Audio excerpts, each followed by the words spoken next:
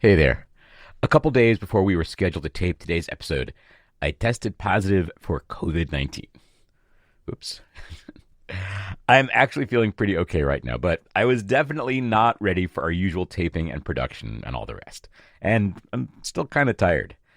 I tell you what, just to make sure I'm totally ready to go, let's figure I'll get our next episode to you in 2 weeks. Meanwhile, I will tell you, the morning I got my diagnosis, I went looking for a prescription for one of the new antiviral meds. I got Paxlovid, and I think it worked. Because I went to bed that night feeling rotten and a little worried because I'm not that young and I'd like to be in better shape. So, how was all this going to play out?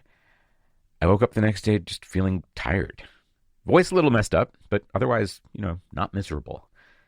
And I'm making a point of mentioning this because there's a new variant, BA2, and a new wave of cases, at least in some places, and we don't know yet how big it's going to be. The New York Times had some tips for being prepared, and I'm definitely co-signing one of them here, which is have a plan for whether and how to get antivirals before you test positive. Not all docs want to prescribe them, and there are folks who should not take them because of drug interactions and other risks. The other advice from that New York Times story was smart too, so I'll have a link wherever you're listening to this. Finally, one last thing. While I was watching the line on my at-home COVID test turn bright red, I got an email from a listener responding to our latest first aid kit newsletter, which was partly about the price of expensive drugs.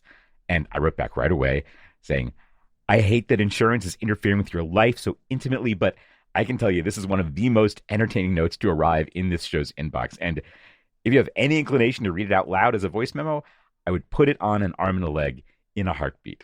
And they wrote back, thank you for the show. I'm happy to entertain you. And there was a voice memo. Here it is. Name withheld. Hey, Dan. This isn't as bad as cancer or diabetes treatment, but my spouse and I are trying to responsibly open our marriage. And apparently, both HPV vaccine and STI testing require pre-authorization and are subject to our deductible, which is making it very hard to have a responsible slutty phase. Ouch. And thank you for sharing that. I'll catch you all in a couple weeks. Till then, take care of yourself.